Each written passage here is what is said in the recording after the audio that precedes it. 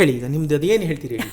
ಖಂಡಿತ ಇಲ್ಲ, ಕಾಂಟ್ರರಿಯಾಗಿ ನಾನು ಕೇಳ್ತಾ ಇರೋ ಪ್ರಶ್ನೆ ಒಂದು, ಸರ್ ಹುಟ್ಟು ಸಾವು ನಮ್ಮ ಕೈಯಲ್ಲಿಲ್ಲ, ಆದ್ರೆ ವ್ಯಕ್ತಿಗೊಂದು ಆಸೆ ಅಂತ ಇರತ್ತೆ, ನನ್ನ ಕುಟುಂಬಕ್ಕೊಂದು ಮನೆ ಮಾಡಬೇಕು ಅಂತ ಇರತ್ತೆ, ಅದು ತಪ್ಪಲ್ಲ. ಎರಡನೇದು ನೀವು ಕೆಲಸದ ಅನಿಶ್ಚಿತತೆ ಬಗ್ಗೆ ಹೇಳ್ತಾ ಇದ್ರಿ. ಈಗ 20 ವರ್ಷದಲ್ಲಿ ಕೆಲಸ ಮಾಡ್ತಾ ಇರೋನ್ಗೆ 30ರ ನಂತರ ಅವನ ಕೈಯಲ್ಲಿ ಕೆಲಸ ಇರುತ್ತೋ ಇರಲ್ವೋ ಅದ್ರ ಬಗ್ಗೆ ಅನಿಶ್ಚಿತತೆ ಇರುತ್ತೆ. ಅವನ ಆಸೆ ಏನಿರುತ್ತೆ ಅಂದ್ರೆ, ನಾನು ಎಲ್ಲಿವರೆಗೂ ಇವಾಗ 10 ವರ್ಷ ನಾನು ಗಟ್ಟಿ ದುಡಿಬಹುದು, ಈ ಕೆಲಸ ಅಲ್ಲ ಅಂದ್ರೆ ಆ ಕೆಲಸ ಅಲ್ಲ ಅಂದ್ರೆ ಈ ಕೆಲಸ, ಒಟ್ನಲ್ಲಿ ದುಡಿಯೋ ಶ್ರಮ ಇದೆ, ನನ್ನಲ್ಲಿ ಬಲ ಇದೆ, ಇನ್ನು 10 ವರ್ಷನೋ 20 ವರ್ಷನೋ ದುಡಿಬಹುದು, ಮನೆ ಕಟ್ಟಬಹುದು, ಮನೆ ಕಟ್ಟಿ EMI ಕ್ಲಿಯರ್ ಮಾಡಬಹುದು. ಒಂದು ವೇಳೆ ನಾನು ಮನೇನೂ ಕಟ್ಟಲಿಲ್ಲ, ಸ್ವಂತ ಮನೇನೂ ಮಾಡ್ಕೊಳ್ಳಿಲ್ಲ ಅಂದರೆ ಬರೀ ಬಾಡಿಗೆಯಲ್ಲೇ ಕಳೆದು ಬಿಡ್ತೀನಿ ಅನ್ನೋದು ಒಂದು ಭಯ ಇರುತ್ತೆ. ಸೊ ಈ ಎಲ್ಲ ಸಿಚುವೇಶನ್ಸಲ್ಲೂ ಅವ್ರಿಗೇನು ಅನ್ಸುತ್ತೆ ಅಂದರೆ, ಸಾಂಪ್ರದಾಯಿಕವಾಗಿ ಯೋಚನೆ ಮಾಡೋದ್ರ ಬಗ್ಗೆ ನಾನು ಹೇಳ್ತಾ ಇದ್ದೀನಿ, ಅವ್ರಿಗೇನು ಅನ್ಸುತ್ತೆ ಅಂದರೆ, ನನ್ನ ಕೈಯಲ್ಲಿ ಶಕ್ತಿ ಇದೆ, ನಾನಿವಾಗ EMI ಕಟ್ಟೋಷ್ಟಿದ್ದೀನಿ, ಕಟ್ಟಿ ಮುಗಿಸಿ ಒಂದು 20 ವರ್ಷದ ನಂತರ ಆ ಮನೆ ನನ್ನ ಸ್ವಂತ ಮನೆ, ನೋ EMIs.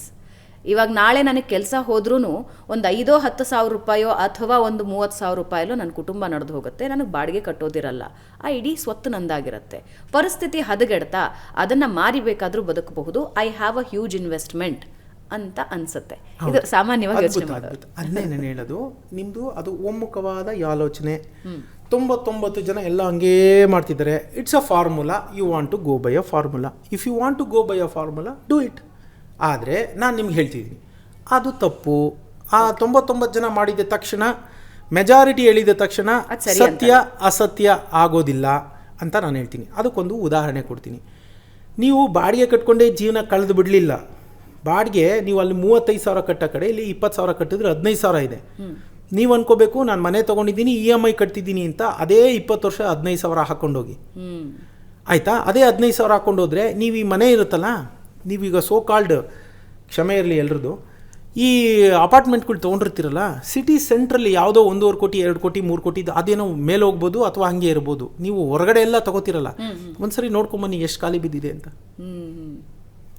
ಲಕ್ಷಾಂತರ ಯೂನಿಟ್ಸು ಅಪಾರ್ಟ್ಮೆಂಟ್ಸು ಖಾಲಿ ಇದೆ ಬೆಂಗಳೂರಲ್ಲಿ, ಆಯಿತಾ? ನೀವು 50 ಲಕ್ಷಕ್ಕೆ ತೊಗೊಂಡಿದ್ದು 5 ವರ್ಷ 10 ವರ್ಷ ಬಿಟ್ರೂ 45 ಲಕ್ಷ 50 ಲಕ್ಷಕ್ಕೆ ಕೇಳ್ತಾ ಇದ್ದಾರೆ. ಅದು ಮೇಲೆ ಹೋಗೋದಿಲ್ಲ. ಯಾಕೆ ಅಂದರೆ ಹೊಸ ಬಿಲ್ಡರ್ಸ್ ಬರ್ತಾ ಇದ್ದಾರೆ, ಕಟ್ತಾ ಇದ್ದಾರೆ. ನೀವು ಅಂದ್ಕೊಂಡಂಗೆ ಅದು ಯಾಕೆ ನಾನು ಡೆಡ್ ಇನ್ವೆಸ್ಟ್ ಮಾಡ್ತೀನಿ, ಲಿಕ್ವಿಡ್ ಅಂತ ಹೇಳ್ತೀವಿ ನಾವು, ಲಿಕ್ವಿಡ್ ಅಸೆಟ್. ಈಗ ನೀವು ಇದರಲ್ಲಿ ಹಾಕಿರೋದನ್ನು ನೀವು ಇವತ್ತು ಹೇಳಿದ್ರೆ ಇನ್ನು 1 or 2 ಡೇಸಲ್ಲಿ ನಿಮ್ಮದು ಎಲ್ಲ ದುಡ್ಡು ನಿಮ್ಮ ಅಕೌಂಟಿಗೆ ಬಂದು ಬಿದ್ದಿರುತ್ತೆ. ಇಲ್ಲಿ ನೀವು ತಿಂಗಳಾನ್ಗಟ್ಲೆ ಕಷ್ಟಪಟ್ಟರು ನಿಮ್ಮ ಹಳೆಯ ಮನೆಯನ್ನು 50 ಲಕ್ಷ ಕೊಟ್ಟು ಯಾಕೆ ತಗೋತಾರೆ? ಬಂದವರು ಇವತ್ತೇನು ಕೇಳ್ತಾರೆ ಗೊತ್ತಾ, ಎಷ್ಟು ಟಾಯ್ಲೆಟ್ ಇದೆ ಅಂತಾರೆ. 3 ಬೆಡ್ರೂಮ್ ಇದ್ದರೆ 3 ಟಾಯ್ಲೆಟ್ ಇರ್ಬೋದು. ನಿಮ್ದಾಗಲೇ ಔಟ್ಡೇಟೆಡ್ ಆಗಿರುತ್ತೆ, 15 ವರ್ಷ ಹಳೆ ಮನೆ. ಇಲ್ಲ ಸರ್, ಒಂದು ಅಟ್ಯಾಚ್ಡ್ ಇದೆ, ಒಂದು ಕಾಮನ್ ಇದೆ. ಓ, ನಮ್ಮ ನಾಟ್ ಇಂಟ್ರೆಸ್ಟೆಡ್. ಇಲ್ಲ, you have to sell it for 35 lakh. ಹೊಸ ಮನೆ 50-55 ಲಕ್ಷಕ್ಕೆ ಅಷ್ಟು ಯೂನಿಟ್ ಬರ್ತಾ ಇದೆ. ನೀವು ನೋಡಿ, ನೀವು ಎಲ್ಲಿ ಬಿಟ್ಟು ಮುಂದೆ ಕೊಟ್ಟೋಗ್ಬಿಟ್ಟಿದೆ. ಆಗಲೇ ಕುಂಬಳಗೋಡು ಎಲ್ಲೆಲ್ಲೋ ಹೊಟ್ಟೋಗ್ಬಿಟ್ಟಿದೆ. ಇವತ್ತು ಅಪಾರ್ಟ್ಮೆಂಟ್ ಕಟ್ಕೊಂಡು ಸತ್ವಂತೂ ಎಲ್ಲಿಗೆ ಬಂದುಬಿಟ್ಟಿದ್ದಾರೆ ಗೊತ್ತಾ? ನಂಬಕ್ಕಾಗಲ್ಲ. ಇನ್ನೊಂಚೂರು ಅರ್ಧ ಬಂದರೆ ರಾಮನಗರ ಬಂದುಬಿಟ್ರು ಅವ್ರು. ಆಗಲೇ ಅಲ್ಲಿ ತನಕ ಬರ್ತಾ ಇದ್ದಾರೆ. ಎಲ್ಲ ಕಡೆ ಹಾಗೆ ಆಗ್ತಾ ಇದೆ.